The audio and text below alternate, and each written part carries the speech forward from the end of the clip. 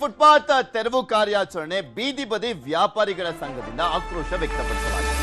High court ಮೆಟ್ಟಿಲೇರಲಿಕ್ಕೆ ವ್ಯಾಪಾರಿಗಳ ಸಂಘ ನಿರ್ಧಾರವನ್ನ ಮಾಡಿದೆ. ಆಕ್ಚುಲಿ ಫುಟ್ಪಾತ್ ತೆರವು ಕಾರ್ಯಾಚರಣೆ ಮಾಡ್ತಾ ಇರುವಂತದ್ದೇ ಸರ್ಕಾರ ಸುಪ್ರೀಂ ಕೋರ್ಟ್ ಆರ್ಡರ್ ಆದ್ಮೇಲೆ ತೆರವು ಮಾಡಿ ಪಾದಚಾರಿಗಳಿಗೆ ಸುಗಮ ಮಾರ್ಗ ಮಾಡಿಕೊಡಿ.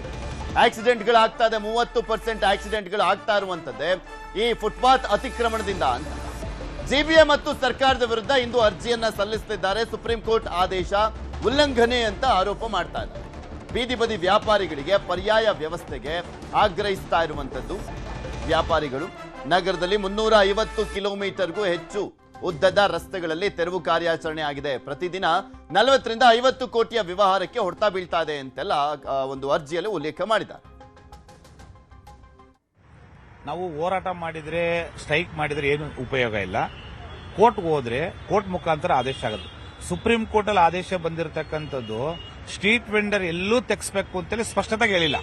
ಒತ್ತುವರಿದಾರನ್ನ, ಸೆಡ್ ಹಾಕಿರ್ತಕ್ಕಂಥವ್ರು ಅಂಥವ್ರನ್ನ ತೆರವುಗೊಳಿಸಿ. ಅಲ್ಲಿ ಏನ್ ಹೇಳಿದೆ, ಬೀದಿ ಬದಿ ವ್ಯಾಪಾರಿಗಳಲ್ಲಿ ಫುಟ್ಪಾತ್ ಅಲ್ಲಿ ಯಾರು ವ್ಯಾಪಾರ ಮಾಡ್ತಾರೆ ಎಲ್ಲೂ ತೆಗೆಸಿ ಅಂತ ಎಲ್ಲೂ ಸ್ಪಷ್ಟತೆ ಹೇಳಿಲ್ಲ.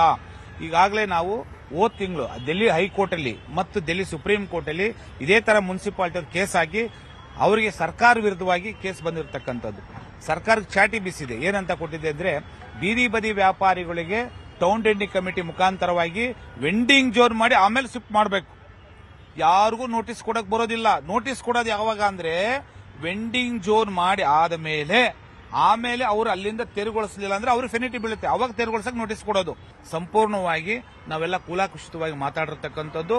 ಅವ್ರಿಗಾಗಲೇ ನಾವು 3 ರಿಟ್ ಹಾಕಿದೀವಿ ಬೇರೆ ಕಡೆ. ಇನ್ನೂ ನಾಳೆ ಕಳೆದ ನಂತರ ಇನ್ನೂ ಒಂದು ರಿಟ್ ಆಗ್ತಾ ಇದೆ ಬೆಂಗಳೂರು.